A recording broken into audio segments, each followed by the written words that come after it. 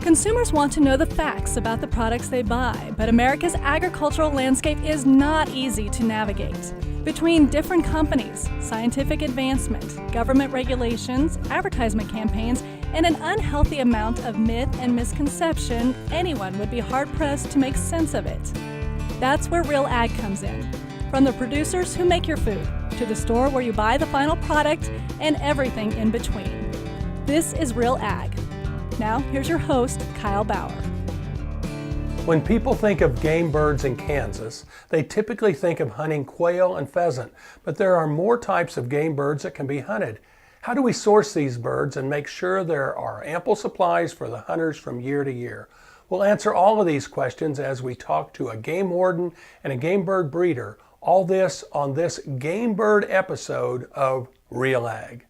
Production of Real Ag is made possible in part by an underwriting grant from the Kansas Soybean Commission, the Soybean Checkoff, progress powered by farmers. What is a game bird? A game bird in Kansas generally is a quail or a pheasant. Then you can also add prairie chicken and chukar onto that. But chukar are not wild in Kansas, but they are considered game birds under our program. In the context of what we're talking about, a game bird is a bird used in the hunting industry, either pheasant, quail, chukar partridge, Hungarian partridge, some of the grouses.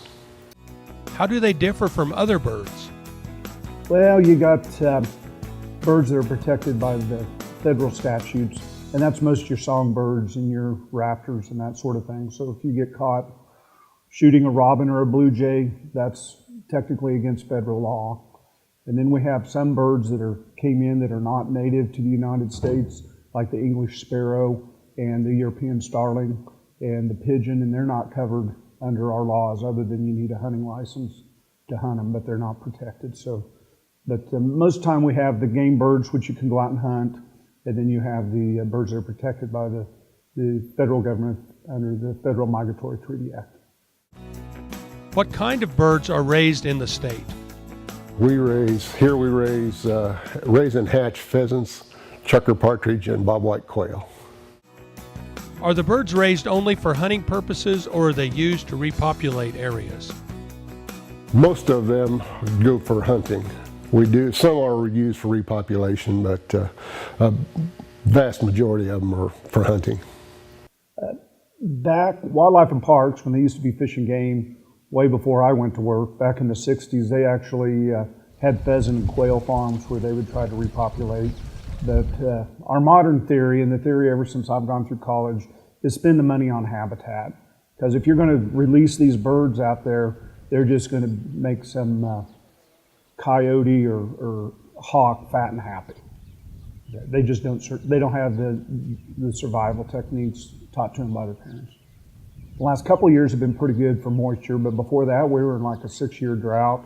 Our quail and pheasant numbers were way down. We had the big fires in southwest Kansas that's just decimating them. The Waukene had a big hailstorm right about the time the chicks were being born last year. And so, yeah, we have issues like that, but by far the best thing we can do is improve the habitat for them. Where do breeders get their breeding stock to start their business? They have to get them from another breeder. So it is against the law to go out and take a wild animal like that and turn a profit for it. So when I go out and check game breeders, they have to show me receipts where they have purchased either the eggs, the chicks, or the adult birds from another licensed game breeder. How often do you check the breeders? Annually. To get some of the testing to ship out of state, they need to work with the state vet and to do blood testing and some other testing to get their certification to be able to go between states. The avian influenza test is a swab test of the throat, and that is done by our local state veterinarian.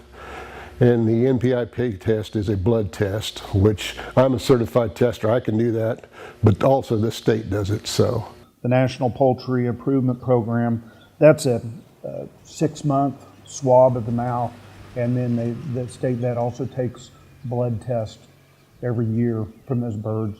If you have less than 300 birds, they'll take it from every single bird you have.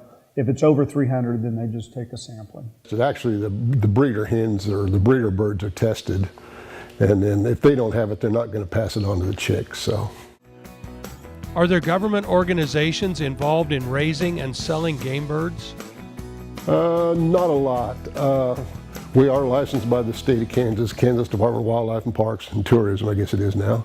I do have to have a license to sell the birds. I do not have to have a license to grow birds. I have to have a license to sell the birds. That is about the only thing we need.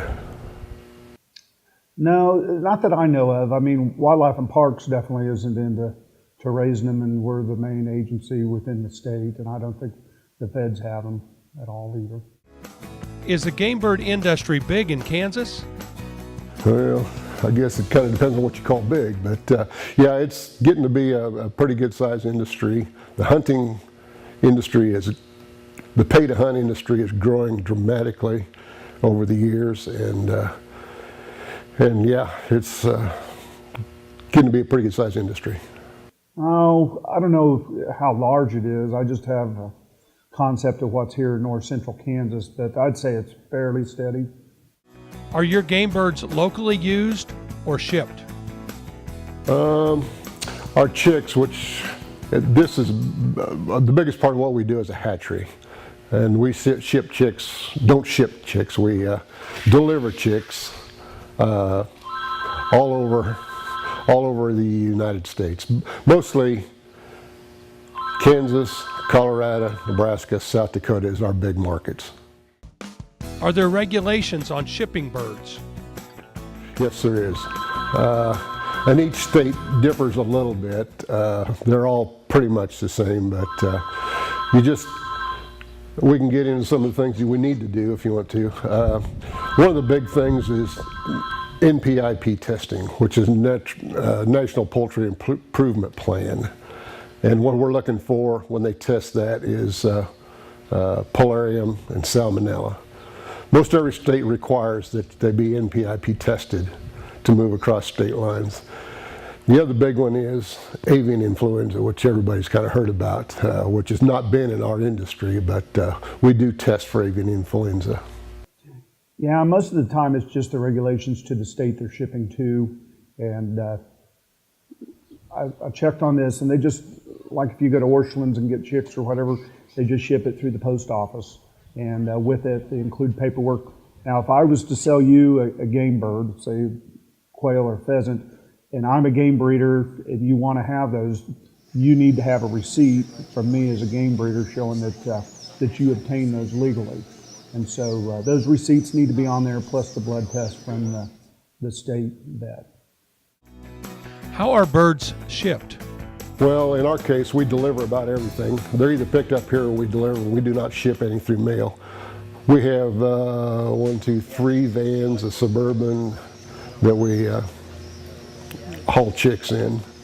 Just like we have plastic boxes that we haul them in, load them up, and take them on down the road to wherever they're headed. We hatch every Tuesday, and we usually have 4 vehicles on the road on Wednesdays delivering chicks.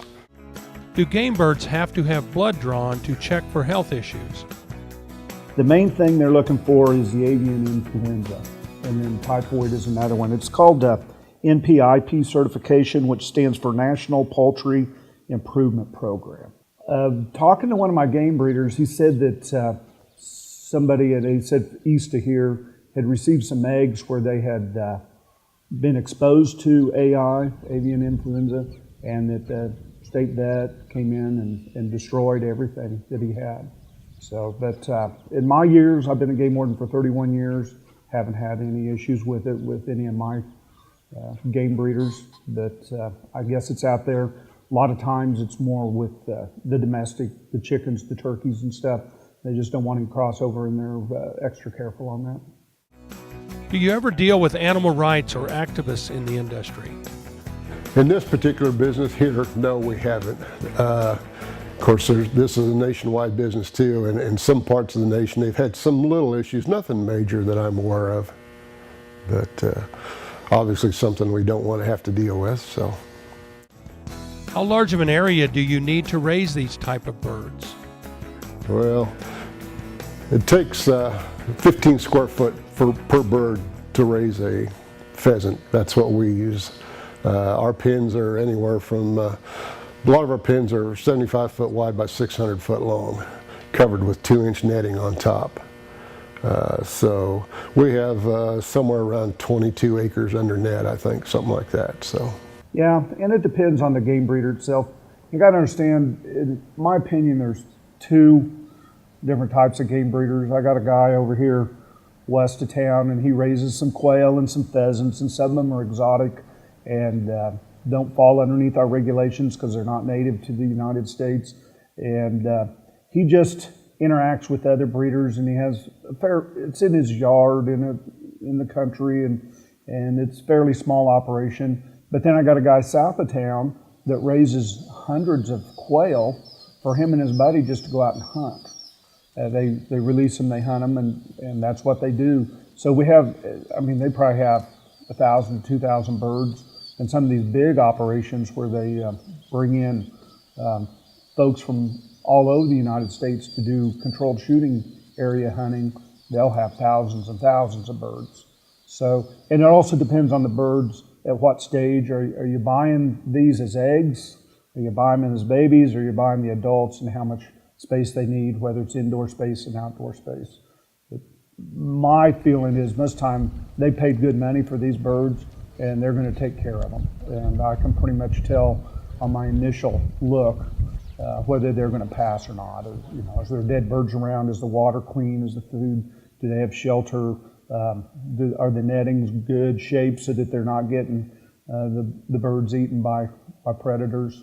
But we do have, you know, some on our check sheet on some of their facility requirements. Do the buildings require special equipment? Oh, the outdoor facilities require some shelter areas, and then you know, you get into incubators and stuff if you're working with the eggs. So there's that kind of special equipment, special heaters for the baby chicks to make, you know, mostly heating lamps to keep them warm, and a lot of them have specialized water so that they can get water all the time and food. The only thing they're brooder barns where we start the chicks for the first 6 weeks of their life. They are, you know, we do have brooder stoves in them to keep them warm, and exhaust fans to keep the air moving, and obviously feeders and waters and that type of stuff. But so as far as special equipment, no, just the normal stuff. Do a lot of controlled shooting areas go hand in hand with raising the birds? Do they raise them themselves? Yes. So, and some of the controlled shooting areas, like I said, the one south of Salina here, it's not open to the public. It's a private one, but the majority of them are open to the public, and they're the ones that raise thousands and thousands of birds. And when they're paying the kind of money to hunt those birds, they want to keep them in really good shape. So their tail feathers are long and not broken, and they can fly well, so they have really nice pens for them, and they want to take care of them. Some people also utilize them. Say you got a young dog or you just young kid, and these seasons for the controlled shooting areas run from September to March, so you can get in before the start of the regular hunting season, and you can take your young kids, you can take your young dog and get some work with them, you know, prior to going out and hunting wild birds. So, but you know, it's so closely tied to the controlled shooting areas, which are large tracts of land that people can put these game birds out there, mostly quail, pheasant, sometimes chucker, and sometimes I get into waterfowl too, but I don't have any experience with that. But if you wanted to come out with some family and you didn't want to go after wild birds, you wanted to make sure, you know, you had family from out of state, you wanted them to be successful in shooting some pheasants, then you could go to the Ringneck Ranch or one of these places here where they would go out and plant those birds, and then you could go out and hunt them, but you're paying for the birds that they plant. And as opposed to wild birds, you can shoot the hen pheasants there. One thing they don't have to have is hunter education, like they do. And then they have, if they're coming in from out of state, they can buy a special license just for those controlled shooting areas, or they can use their regular Kansas hunting license. But an out-of-state license is $100. I'm not for sure. It's a lot cheaper if you want just a controlled shooting area license. So if you're buying a regular hunting license, you have to take hunter education. If you're going to hunt specifically on a controlled shooting area, you just have to purchase a controlled shooting area license. You don't need the hunter education. But remember, if you're a businessman or woman and you're bringing in a group of clients, in Kansas, if you're born after 57, you have to take hunter education. So we're talking people that are up to about 60 years old now. Do incubators turn on by themselves, or are they operated? These are kind of state-of-the-art incubators here. They are all electronically controlled. The temperature's electronically controlled. The humidity's electronically controlled. The air intake, air outtakes, all controlled by electronics. And they do turn. These machines turn the egg 90 degrees every hour. So, okay, the temperature is 99.1. The humidity is at about 80% relative humidity. I'm wrong, about 55% relative humidity. These machines have a big fan in the back that move the air. It runs all the time. They have, and it pushes the stale air out the top and brings fresh air in the back, and that's all controlled by the machine. The eggs are in these incubators about 20 days. It takes 23 days to hatch. They're in these incubators 20 days, and then they are moved into the hatchers, and that's where they actually hatch in hatching baskets in there. And that's another 3-day process. So, How many eggs do you hatch a year? we hatch about 750,000 chicks. So we look at about a little over 1 million eggs a year. So, Do you have any mature birds at all? we do. We sell about 50,000 mature birds a year, and again, they kind of go into the 4 basic states that we work with. And How long does it take to grow a marketable bird? it takes a pheasant is about 21 weeks to get it to maturity. Chucker and quail are about 16 weeks. Of course, it's not perfect. We have to have early birds and late birds, so some of them are older than that, but at least 21 weeks. What type of feeding program do you use? We use a commercial feed that we have made to our formula. It's mostly corn and soybean meal with all the trace minerals, trace vitamins, and all that stuff in it. It's a pelleted feed, and we have it shipped in by the semi-load, and then we distribute it out into the feeders, self-feeders out in the pens. Do you use local water? Well, we do. Our water is city water here, which is good because it's treated. If you have a well, a lot of wells are not good anymore, so they need to be treated if they're using a well. But being on city water, we don't have to worry about that. So, How many birds per pen? well, a 600 by 75 foot pen would hold 3,000 pheasants. How was your market developed? Well, we do a little bit of advertising, not a lot, but word of mouth is obviously the best there is. And then we've been at it for a long time, and hopefully we have a good reputation, and it builds on itself. So, What do you do with the waste created?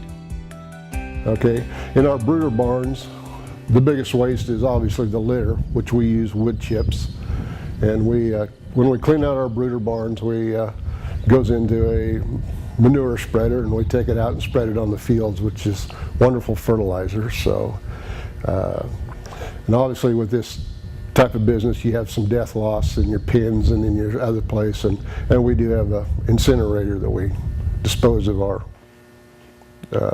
death loss that way. So, Do you have any advice for anyone trying to get into the business? well, the biggest thing is go see a farm, and go see a good farm, see what they're doing right, see what they're doing wrong, and listen to them.